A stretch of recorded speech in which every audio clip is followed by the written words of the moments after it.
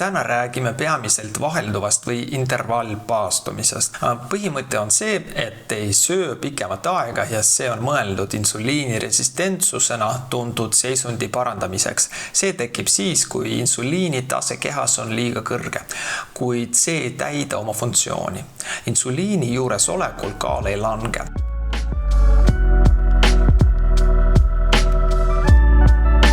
Kui teil on suur kõht, põhjuseks on liiga kõrge insuliini tase ja vahelduv paastumine aitab sellega toime tulla. Kui sööte intervallpaastumise ajal 1-3 korda päevas, ärge muretsege lihasmassi kaotamise pärast. Te seda ei kaota, kui sööte piisavalt valku ja olete füüsiliselt aktiivne. Vahelduv paastumine tõstab testosterooni ja kasvuhormooni taset, mis mõlemad aitavad põletada rasva ja kasvatada lihaseid. Enamik ei saa süüa 2 korda päevas. Alguses peavad nad sööma 3 korda päevas, seejärel lähevad üle 2 toidukorrale päevas. Oluline on vähendada söömisakent 4-8 tunnini ja ülejäänud 16-20 tundi mitte midagi süüa. Kui olete insuliiniresistentne, on teil pidevalt kõrge insuliini taseme tõttu raske ilma toiduta jääda. Nii et valmistuge selleks, et üleminek 4-5 toidukorrast 2-3 toidukorrale võib võtta aega 2-3 nädalat või isegi kuu. Ideaalis on esimene söögikord kell 11-12, järgmine söögikord kell 5 õhtul. Teine võimalus on see, kui te ei jäta hommikusööki vahele. See tähendab, et esimene söögikord on kell 7-8 hommikul ja teine kell 2-3 päeval. Teine variant võib olla keerulisem, kuna nälg võib hilisel pärastlõunal suureneda.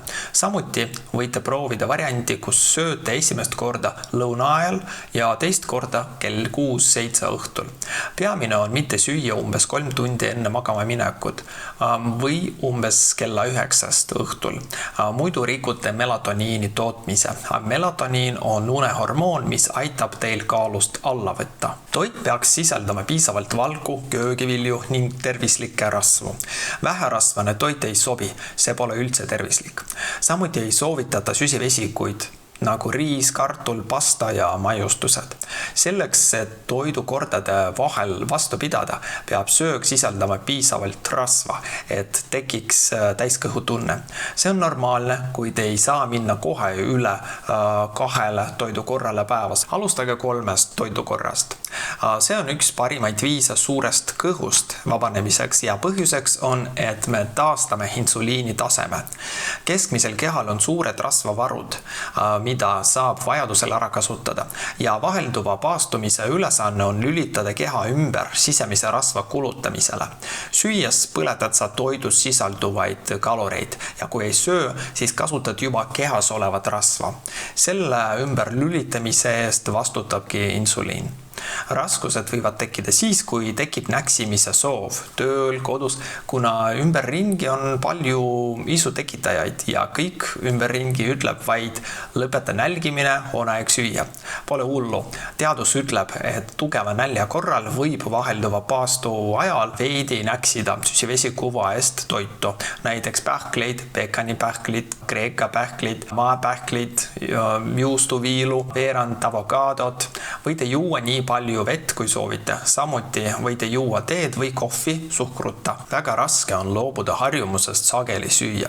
Paljud kuulsad kulturistid söövad 1-2 korda päevas. Isegi kui keegi sööb 5 korda päevas ja tunneb end siiski tervena, suure tõenäosusega ootavad seda inimest tulevikus mitmed terviseprobleemid, mis võivad olla seotud liigse insuliini taseme ja insuliiniresistentsusega. Peale üleminekut 2 toidukorrale päevas tunned kehas kergust, enese tunde paranemist, sul on kergem keskenduda. Peaksite alustama 3 toidukorrast päevas ilma vahepaladeta, seejärel üle minema 2 toidukorrale päevas. Kui käivitub rasvapõletusprotsess, ei lähe te tõenäoliselt tagasi suhkru kui kütuseallika juurde, sest teie keha kasutab kütuseks oma rasva.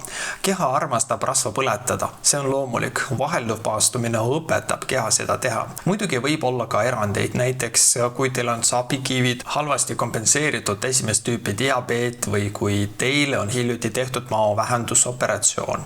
1-2 korda päevas söömine ilmselt teile ei sobi, kuid võite siiski proovida sellisele toitumisskeemile ligineda. Samuti ei pea intervallpaastumist pidama iga päev, eriti kui oled naine ja kui su kehakaal ei ole nii kriitiliselt kõrge või kui sul on muud meditsiinilised põhjused, sest eriti range paastumise skeem võib häirida hormonaalset tasakaalu. Valige enda jaoks optimaalne toidukordade sagedus, näiteks argipäeviti jälgite vahelduvat paastumist ja nädalavahetustel sööte 3 korda päevas ja saate endale lubada midagi muud näksida või valige mõni muu sobiv skeem, et mitte põhjustada liiga palju stressi. Ja pidage meeles, teie tervis on teie kätes.